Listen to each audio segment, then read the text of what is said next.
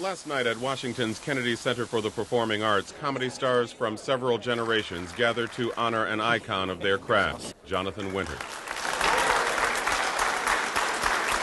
Winters was the second recipient of the center's annual Mark Twain Prize. The first was Richard Pryor last year. Even before the night's festivities began, Winters was working for laughs. What do you like the World Series? I'd like to see the Yankees do it. Yeah. I'm a Cincinnati fan. Of course, we quit in July. The act continued on stage. I've played some pretty good-sized pads in my career. I don't think I've ever played anything this size. And this high, the chandeliers, my wife said, could we get one? We live in a trailer. What can I say? The one and only Jonathan Winters, ladies and gentlemen. Jonathan Winters has performed stand-up comedy for nearly 5 decades. I've been married 32 years, and people have said, isn't that, oh, that's so, even in or out of this business, that's so wonderful. You try it. He broke in with the dawn of television in the 1950s, often appearing on The Steve Allen Show and later frequented The Tonight Show. Winters' signature was his ability to improvise instantly into a multitude of characters. Here, a prison guard. Come on, Tiger. I know you're down there.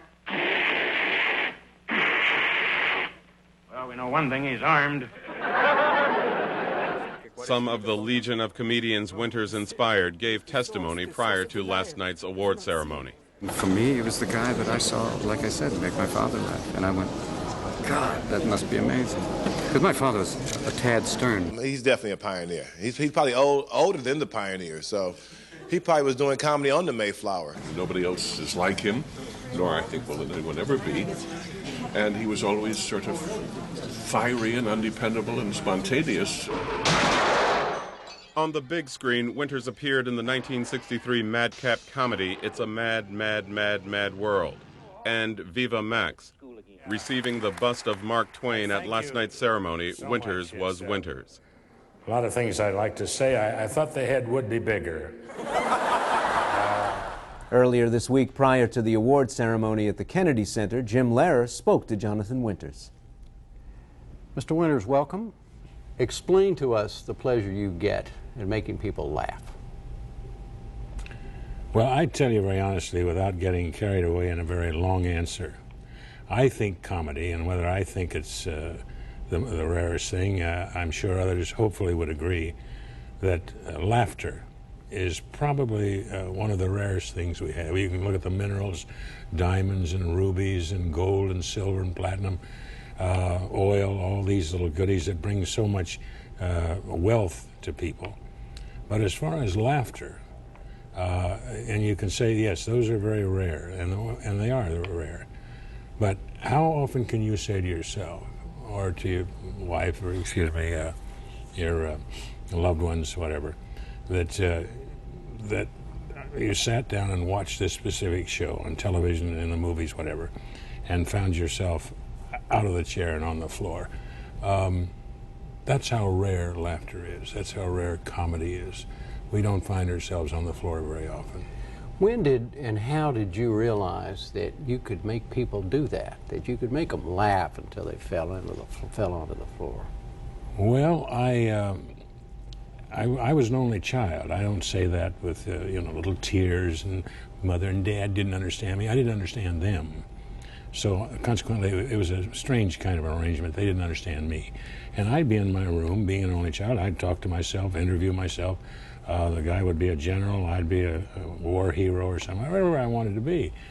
And it was always, what is he doing in there? So I decided, hey, I was working alone. Maybe I ought to try something in the schoolyard. I was really not a class clown. People who are still living will tell you I was somewhat of a class clown. I had a terrible fear of failing. I think I still do. Not as much as it used to be, because I'm close to 74 years of age, and if I fail, so what? I don't want get into this, I'm failing tomorrow, by the way. Right. I hope I'm fairly articulate and at least say thank you for the statue and where's the rest of the body.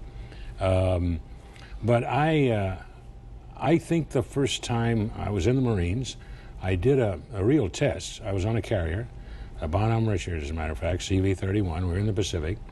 Now that's got a complement of well over 2,000 sailors, 75 Marines, which was our contingent aboard. And the old man said to me, "How about being funny tonight, Winters? You're always clowning around here on the ship." And I said, "Well, sir, I don't have any route. Get up on the deck." So on the hangar deck, we had some 2,000 characters, and of course the Marines, and I won over some sailors, which was really something, 5 gallons of ice cream. For being the funniest? For being the funny man. You have always, you're considered the master of improvisation, of going with a situation and not doing it everything scripted. Has that always been the way you've done it? When, for instance, was that the way it was on the aircraft carrier? Was that what? Oh, that was all made up. Sure, improvised. At every opportunity, I try to improvise because it's a great exercise for me, and it's a lot of fun. And I must be honest, I'm in charge, for a little while. Not long, but I've done a lot of movies, several movies, I shouldn't say a lot. And I certainly adhered to those lines that were written, which were very good. You mentioned one about Viva Max. I did Mad World and Russians Are Coming with some fine directors and some fine writers. So it's not that I'm not disciplined to doing lines. It's just that it's a lot of fun to come up with something and just start, with a glass. And these are the little minnows. We have 16 of them in there. You can't see them. They're miniature. But they make for wonderful hors d'oeuvres, especially if you're in the poor section of town. The glass here is from Lancaster, Ohio. Some of the glass was blown in Italy during the war, blown right out of the guy's hand. This is room temperature, perfect. Also, now it's filthy. And you've been doing that kind of thing all your life. Yeah. And do you still get as much pleasure out of it now as you did when you started? Oh, yeah. I think it's, I tell you what's most fun is around a group of people that know you, such as your family, and some friends who know you, and not people that don't know you. That sometimes isn't fair. But people that know you, have laughed at you and with you, to see you do something new, that's the test, is to do something. And my wife will say, we've been married 51 years, and say, I don't ever remember you doing something like that, John. That was funny. So you're still making it up? Mm-hmm. What's the best kind of performance humor that's being done now, in your opinion? I know this from years ago. I know it now. For me, I would never speak for others. I know that you can be funny. I know that you can be hilarious without being dirty. I realize that a lot of the young people, they've chosen this way to go with their people, their guy, gals, what have you. It's just not my cup of tea. I know. I look back at Laurel and Hardy, which their material still stands up.